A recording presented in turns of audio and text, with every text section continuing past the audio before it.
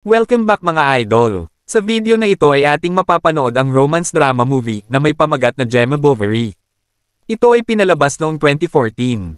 Nagsimula ang pelikula sa araw na dumating si Charlie upang manirahan sa nayon na ito sa unang pagkakataon kasama ang kanyang asawang si Gemma. Upang mapanatili nila ang natitirang bahagi ng kanilang buhay sa nayon ng mapayapa. Nang makita ang dalawang bagong lipat, pumunta si Martin sa kanilang bahay at nagbigay ng kanyang pagpapakilala at pagbati sa kanila sa nayon. Makalipas ang ilang araw, pumunta sina Gemma at Charlie sa bakery ni Martin para bumili ng tinapay. At doon ay pinagmamasdan ni Martin ang kagandahan ni Gemma. Maya-maya nang pauwi na si Martin ay nakasalubong niya si Gemma at sinama siya ni Martin para ipakita sa kanya ang isang magandang hardin na gustong-gusto ni Gemma. Kinagabihan, pumunta si Charlie sa bahay ni Martin at sinabing walang kuryente sa bahay niya, kaya pumunta si Martin sa bahay nila para mag-check at kahit papaano ay binuksan niya ulit ang ilaw. Dumating na rin ang asawa ni Martin doon at nagsimula na silang apat na nag-uusap habang umiinom.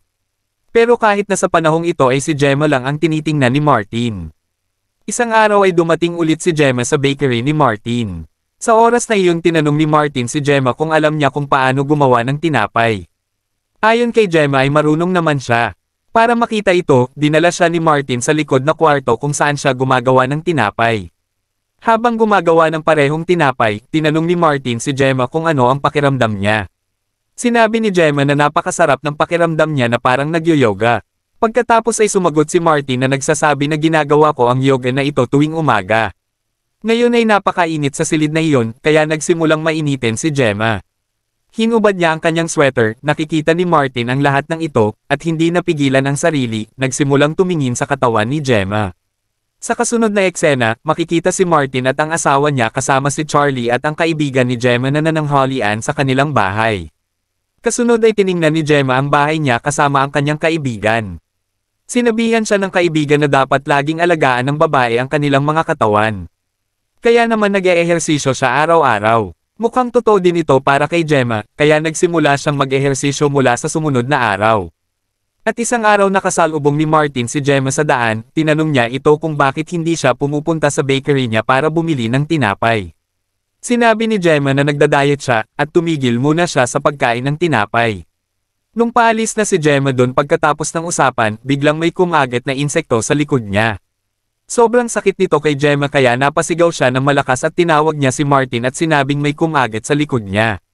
Agad na tiningnan ni Martin ang likod ni Gemma. At sinabi sa kanya na nakagat siya ng isang makamandag na insekto, kaya naman kailangan niyang sipsipin ang kanyang lason, at dito sinabi ni Gemma kay Martin na gawin ito at agad na sinimulan ni Martin ang pagsipsip para mailabas. Pagkatapos ay isang binatang lalaki na nagngangalang Harp ang dumating at nakita ang ginagawa ni Martin.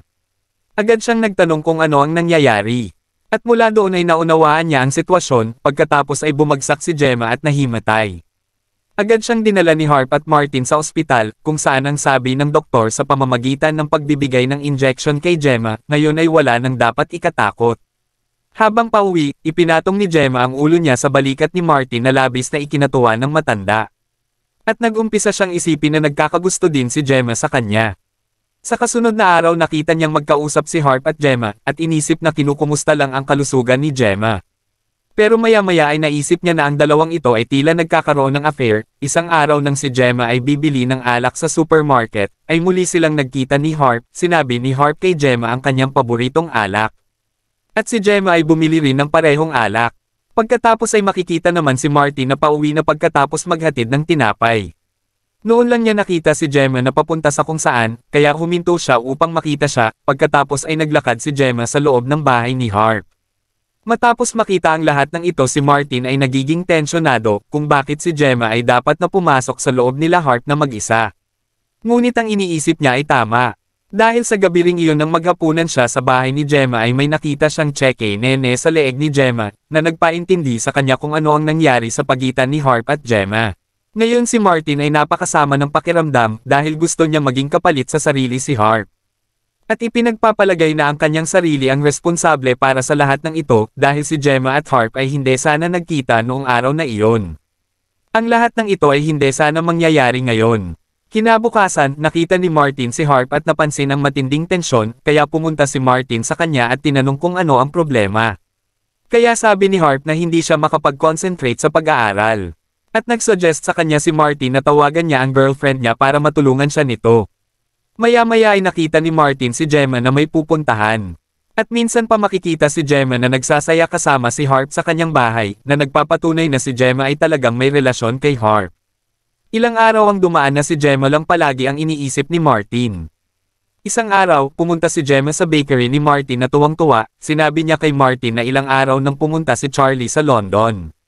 Bumili pa si Gemma ng tinapay ngunit nakalimutan niya ang isang tinapay. Kaya pumunta siya sa bahay ni Gemma para ihatid ito. Pero may naririnig siyang boses mula sa loob ng bahay. Si Gemma at Harp ay magkasama pala sa loob. Si Martin ay nakinig sa kanilang dalawa mula sa bintana, pareho silang nagsasabi ng I love you sa isa't isa. Nang marinig iyon ay galit na galit si Martin. Sa kasunod na araw si Gemma naman ang pumunta sa bahay ni Harp. Hindi niya sinasadyang nabasag ang isang napakahalagang bagay ng mommy ni Harp. Sinabi ni Gemma na ipapaayos niya ito kay Charlie. Bago umalis si Gemma ay sinabi niya kay Harp na dapat pumunta na silang dalawa sa London, at si Harp ay sumang-ayon din sa bagay na ito. Sa kasunod na araw ay nakakita siya ng isang liham. Pagkatapos basahin siya ay umalis upang pumunta sa bahay ni Harp. Dito ay nakauwi na ang nanay ni Harp at dahil hindi niya nakita ang figurine ay nagtanong siya kay Harp tungkol dito. Sinabi ni Harp na may mga gasgas ito kaya pinaayos niya kay Charlie na nasa malapit lang. Nakatakdang makipagkita si Gemma kay Harp sa kanyang bahay nang natanggap niya ang mensahe nito. Sa mensahe, sinabi ni Harp na hindi siya makakapunta sa London kasama si Gemma. Nakaramdam si Gemma ng malubhang pagkadismaya at umuwi na umiiyak. Kasunod nun ay pumunta ang nanay ni Harp kay Charlie at kinukuha ang figurine. Sinabi niya, ang aking anak na si Harp ang nagbigay sa iyo ng figurine para ayusin. Pero tumanggi si Charlie at sinabing walang sino man ang nagpaayos sa kanya ng figurine. Ngunit umalis ang nanay ni Harp na galit. Kinagabihan, tinanong ni Charlie si Gemma tungkol sa figurine, pinagkaila ito ni Gemma. Mayroon din siyang gustong sabihin kay Charlie ngunit hindi niya maipahayag. Napansin ito ni Charlie, kaya naiintindihan niya na gusto niyang ibunyag ang tungkol sa kanyang relasyon. Ngunit si Charlie ay nagkaroon ng ideya, dahil matagal nang hindi siya pinapansin ni Gemma, kaya nagpasya siyang pumunta sa London sa loob ng ilang araw. Nang mag-isa na si Gemma, labis siyang nasaktan. Kinabukasan habang naglalakad si Martin, nakita niya ang aso ni Gemma. Kaya pumunta si Martin sa bahay ni Gemma kasama ang aso. Sa bahay, ibinigay ni Gemma sa kanya ang isang sulat na nakasulat sa wikang French. Sa sulat ay nagtatanong ang nanay ni Harp tungkol sa figurine na akala niya ay nasa pag-aalaga ni Charlie. Hinihiling ni Gemma kay Martin na sumulat ng sagot sa sulat, ngunit sinabi ni Martin na isusulat niya ito sa loob ng 1 o 2 araw. Pagkatapos ng ilang araw, nakipagkita muli si Gemma sa kanyang dating kasintahan na si Patrick. Sa susunod na eksena, nakita ni Martin ang dalawa habang nagbibigay ng halik sa isa't isa. Nagulat si Martin at nagsimulang isipin na walang prinsipyo si Gemma. Pagkatapos nito, habang nasa restaurant si Gemma at Patrick, doon niya naisip na mali ang ginagawa niya. Sinabi niya kay Patrick, kalimutan mo na ang nangyari sa atin. Mahal ko pa rin ang aking asawang si Charlie. Nang makauwi si Gemma, tinawagan niya si Charlie at sinabi ang kanyang pagmamahal. Naging emosyonal si Charlie at nagpasya na bumalik kay Gemma. Sa pag-uusap ni Gemma at Martin, nalaman ni Gemma na ang sulat ay para kay Harp, hindi kay Martin. Nang tanungin niya si Martin, sinabi nito na nag-alala siya na dapat niyang gawin ang lahat mag-isa. Buti na lang may magandang intensyon si Martin kaya hindi nagalit si Gemma. Sinabihan ni Gemma si Martin ng paalam at binigyan siya ng isang halik. Matapos ang pag-alis ni Martin, dumating si Patrick sa bahay ni Gemma. Habang silang dalawa lang ang nasa loob ng bahay, biglang dumating si Charlie. Nang pumasok si Charlie sa bahay ay agad din siyang lumabas at malakas na tinawag si Martin para sa tulong. Nang pumasok si Martin sa bahay, nagulat siya nang makita ang patay na katawan ni Gemma. Dumating ang mga pulis na nagdala ng kanyang katawan para sa autopsy. Sa gabi ring iyon, dumating ang ulat ng autopsy. Nalaman ni Martin mula sa doktor na ang pagkamatay ni Gemma ay dulot ng tinapay na bumara sa kanyang lalamunan. Nang sumunod na araw, habang nasa libing, tinanong ni Martin kay Charlie ang tungkol sa pagkamatay ni Gemma. Sumagot si Charlie na ang pagkamatay ni Gemma ay dahil sa kanya, dahil nang pumasok siya sa bahay, nakita niya si Patrick na gumagalaw kay Gemma sa likod. Sinabi pa ni Charlie na nakita niya silang nagpapaligaya, kaya't nag-away sila.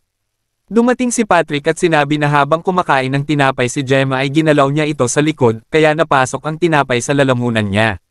Habang sinisikap niyang alisin iyon, dumating si Charlie at dahil sa hindi pagkakaintindihan ay nag-away sila. Napabayaan nila si Gemma habang nag-aaway sila, kaya namatay si Gemma sa pagkakasuffocate. Sa makatuwid ang tatlong lalaki na ito ang naging dahilan ng pagkamatay ng babaeng pinag-aagawan nila. Lesson learned, huwag kakain ng tinapay habang nagpapatira sa likod.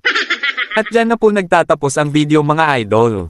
Maraming salamat sa panunood. Goodbye.